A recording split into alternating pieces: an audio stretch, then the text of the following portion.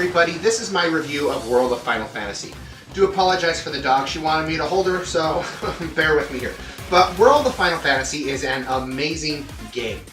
I'm loving every minute of it. I really enjoyed a lot of the elements that it brings to the game through its battle system, through its nostalgic feel, through all the Easter eggs and all the references that it makes to Final Fantasy. And that's probably the biggest thing that I'm enjoying right now. Being a huge fan of Final Fantasy, I always find myself looking at references, catching up on certain things that are from the games, and there are an incredible amount of Easter eggs and references to many different Final Fantasy games. You have references to characters, to towns, to tropes, to certain plot elements inside of different Final Fantasies. You have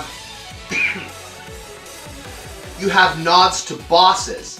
You have nods to summons. I mean, there are a crazy amount of things that if you are a hardcore fan of Final Fantasy, you are going to find and enjoy.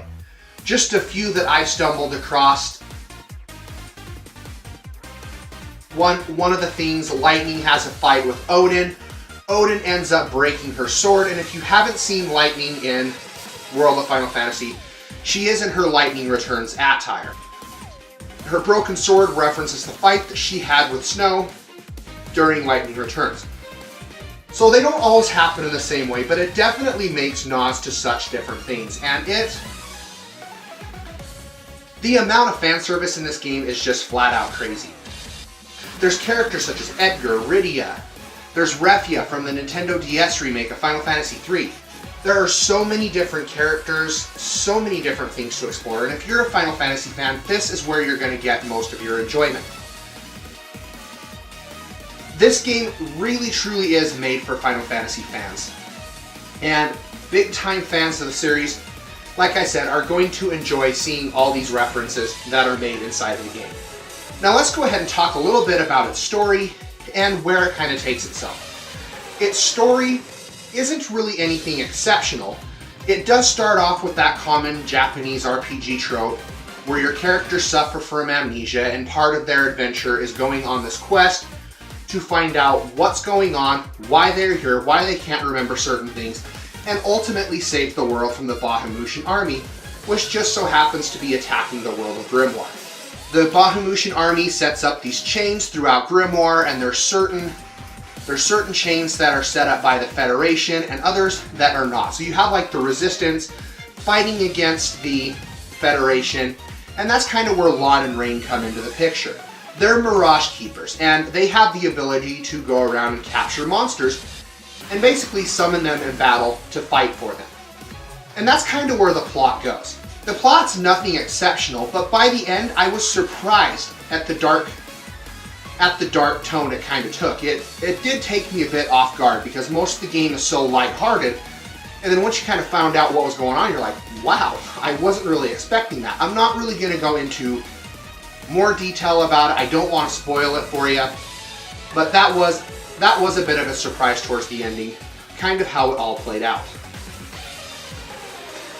While we're talking about the story, let's now talk a little bit about the characters. Lann and Rain, I really enjoyed them as characters. I think they make an excellent duo together. Throw Tama in the mix, and these three characters say some of the most cringe-worthy, laughable shit, and that's the joy of it. This isn't so much a flaw. It may be for some, but I really enjoyed its dialogue. It was corny. There's lots of puns. Rain and Tama are consistently making fun of Lann for being so stupid because Lann has to have everything explained to him. And even when he does have things explained to him, he just doesn't get it. He's as dumb as a rock.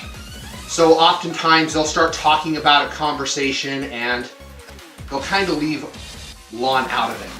And then of course on the other hand, Lann and Tama have their moments where Rain just gets irritated with the two because they're talking about something totally stupid, something totally off the point, and not getting something that she says, and they gotta make a joke out of it, and it just makes for some very laughable moments. For the most part, World of Final Fantasy really tries to stay true to the characters from past Final Fantasy games.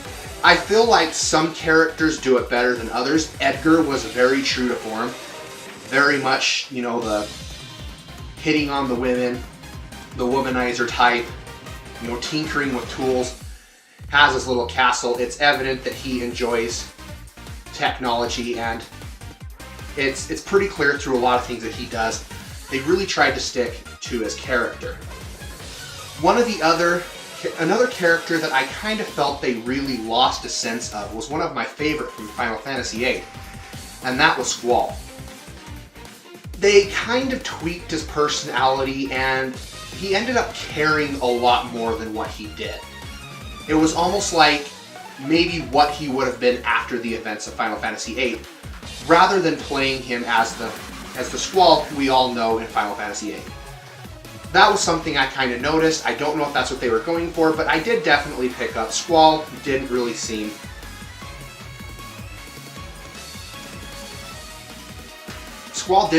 the way he was in Final Fantasy VIII. It is also cool because you get to see characters like Quistis and Faris from Final Fantasy V, Refia from Final Fantasy III DS Remake. That was really cool. They did have an absence of characters from Final Fantasy IV. And there weren't any in Final Fantasy II, but for the most part, most of the characters from the series made it in there. They have added Sora as well, and Balthier is supposed to be coming sometime later, which I thought was pretty cool. So let's go ahead and talk a little bit about its gameplay and its battle mechanics. So the gameplay is pretty simplistic. It is pretty much a very straightforward linear Final Fantasy game. There's not really a whole lot of huge, amazing areas you can explore, vast fills, things like that. It's definitely not a Final Fantasy 15, but that's not a bad thing. It does set up many different regions that you can explore. So like you'll get to explore a volcano, an ice region, go through forests, and a lot of these areas kind of reminisce certain areas in different Final Fantasy games as well. I said you get to visit like towns like Nibelheim. They make references to Midgar, Figaro Castle, Cordelia from Final Fantasy makes it in there. There's a lot of different areas to explore.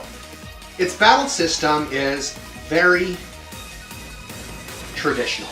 And what I mean by very traditional is it really sticks true to that turn-based route. You do have the ATB bar, which this time is a line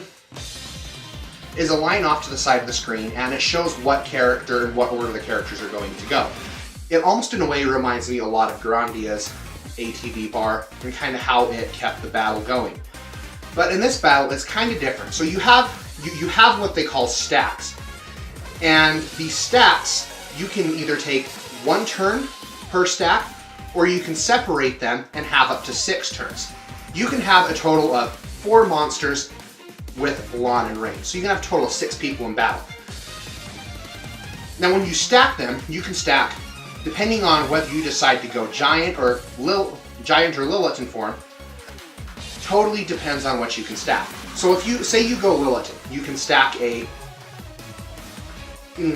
large monster, Rain, and then a small monster. And say you were to take Lann and turn him into Giant, you could stack him as the large, a medium monster on top of him, and a small monster on top of that.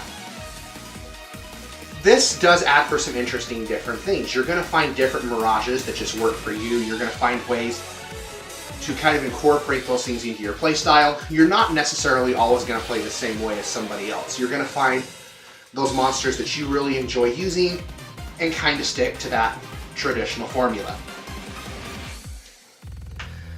Now when it comes to capturing the mirages, this is where I think it kind of gets interesting. Libra is going to be your best friend in this game. You are going to want to cast Libra to learn what the enemy is weak against, as well as their opportunity to imprison them, so you can gain their mirage and be able to use them in battle. Libra's going to tell you different requirements. This may require you to cast ice magic on an enemy. It may require you to cast sleep. It may require you to heal them to deal a significant amount of damage, or just physically attack them. Each enemy has their own different requirement needed to capture them. And once you meet that requirement, there's a blue circle that appears around them. And that is your opportunity to throw out the Prismarium and capture them. And in doing so, they join your party. You can name them whatever you want. There's a few that you actually can't name. Their names have to stay the same. But for the most part, most of the monsters you capture out on a build can be renamed if that's something you're into. Do I recommend World of Final Fantasy? Definitely. This game is super fun, and I think it's a game that even people who are not fans of the Final Fantasy series can respect and enjoy. But the people that are going to get the most out of it are going to be those fans of Final Fantasy. There are like I said, there are so many Easter eggs and references to the series that fans who are familiar with a lot of things that go on in the series are going to appreciate it. This game is not for everybody. The game in no way, shape, or form takes itself seriously. And this is part of its charm. I really think too many video games do take themselves seriously, and World of Final Fantasy kind of stepped back and evaluated some of the funny things that past Japanese RPGs have done and incorporated them into the game. If you can't get past the art style, this game's also not for you. Most of the characters are in chibi form, with the exception of a few characters being in giant. The game characters have a very Kingdom Hearts-esque feel to them. Tetsuya Nomura being the character designer, it's no surprise. But if you're sitting on the fence with this game, go pick it up. If you're a Final Fantasy fan looking for a game on the PlayStation 4 that has more of the traditional turn-based combat system, you're not going to find one any closer that hits home than World of Final Fantasy. I do hope that they do decide to make a sequel to this. I do hope that they continue to support this game and continually come out with content for it, because I'm enjoying it. I really think that they created a really cool idea here, and I'd like to kind of see it become something Square Enix continues. These have been my thoughts, my opinions on World of Final Fantasy. Have you guys gotten a chance to play World of Final Fantasy? Leave those down in the comment box below and let me know. Want to hear what you guys have to say about it. Like I said, if you guys are interested, I would totally be willing to also do a video discussing a lot of the different Easter eggs that we see in World of Final Fantasy, so let me know down below in that comment box below if that is also something you'd like to see. Be sure to follow me on Facebook and Twitter. You can keep up to date with what's going on my channel, as well as hit subscribe there. New content is going to be coming your way. I upload at least every Friday, and if I feel the need, there's something I want to talk about during the course of the week, that will also be able to make it into sometime during the week. So I said, be sure to follow me on Facebook, Twitter, and it's easier to keep up with me on that way. You guys have been watching the Spoony Bard. Most importantly, stay happy, be happy, game happy. The Spoony Bard is checking out.